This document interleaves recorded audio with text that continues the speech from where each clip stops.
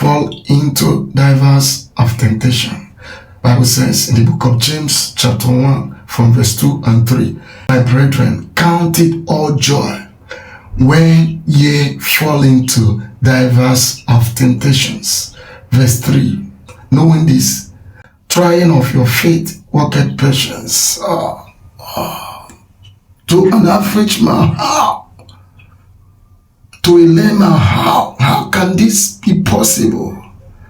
How possible can God so loving with so much compassion, how possible could he endorse? How can he sanction such a thing?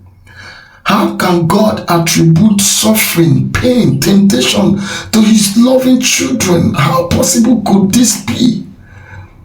This always assertion and opinion of a layman, average man, does not see the possibility, correlation between God, these things happening. How can God say, endorse suffering and smiling, crying and smiling? It's not possible. I don't think that God is callous. I don't think that God is heartless. I don't think that God is wickedness for him to allow his children, to tell his children to count it all joy when you fall into divers of temptations. I don't think, probably it was James' assumption. Maybe it's not from God. But hear me, people of God. Have you forgotten that it is God who created bad and good? It's God that created man and also created snake and scorpion, wild animals. It is God who created heaven and earth, life and death, heaven and hell. It is God, good and bad. God created them. Have you forgotten? Say, be careful for nothing.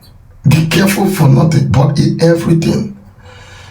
God has instituted these checks and balances because nothing just happens. Nothing just happens. It is your ability to withstand the temptations and trials that comes your way. It is that will bring you closer to your end. Your inability to withstand and absorb those pressures is also things that will draw you closer to your damnation.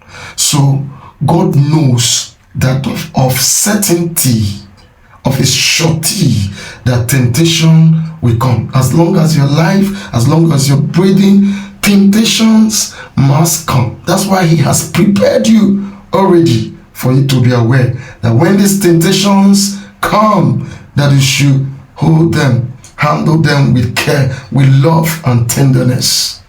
He prepared you so that it will not come to you unawares, because it is when you are able to withstand this temptation, trials and challenges, that will guarantee you a place in eternity. It is not a throwback. It's not a place that you just stroll in. You don't just, without you being tested, nobody will trust you. Look at the next passage of Bible, James, the same James chapter 1 verse 20. What did he say? Yes, blessed is a man that endureth temptation, for when he is tried, he shall receive the crown of life. When he is tried, what does he mean? It is as a result of your withstanding temptation that your blessing will come through. Your blessing comes as a result, as a crown to your effort. Blessing comes to you. What is the blessing? Blessing, crown of life. Because, child of God, the whole essence of our existence is to make it to heaven. The whole essence of Christianity is for eternity. So you must understand that the primary reason why you are a Christian is to make it to heaven. And if you are not working towards to absorbing, managing the trial, the challenges and temptation that comes your way now with happiness and joy, simply means that you don't have a stake there. Don't just throw. You don't just enter into it as a compromiser, as a backslider, as somebody that want to enjoy comfort in Christianity. Christianity is not a comfort thing. You must discomfort yourself to enjoy comfort in eternity. Don't forget, it is your ability to withstand to the end that will guarantee you eternity. Count it all joy.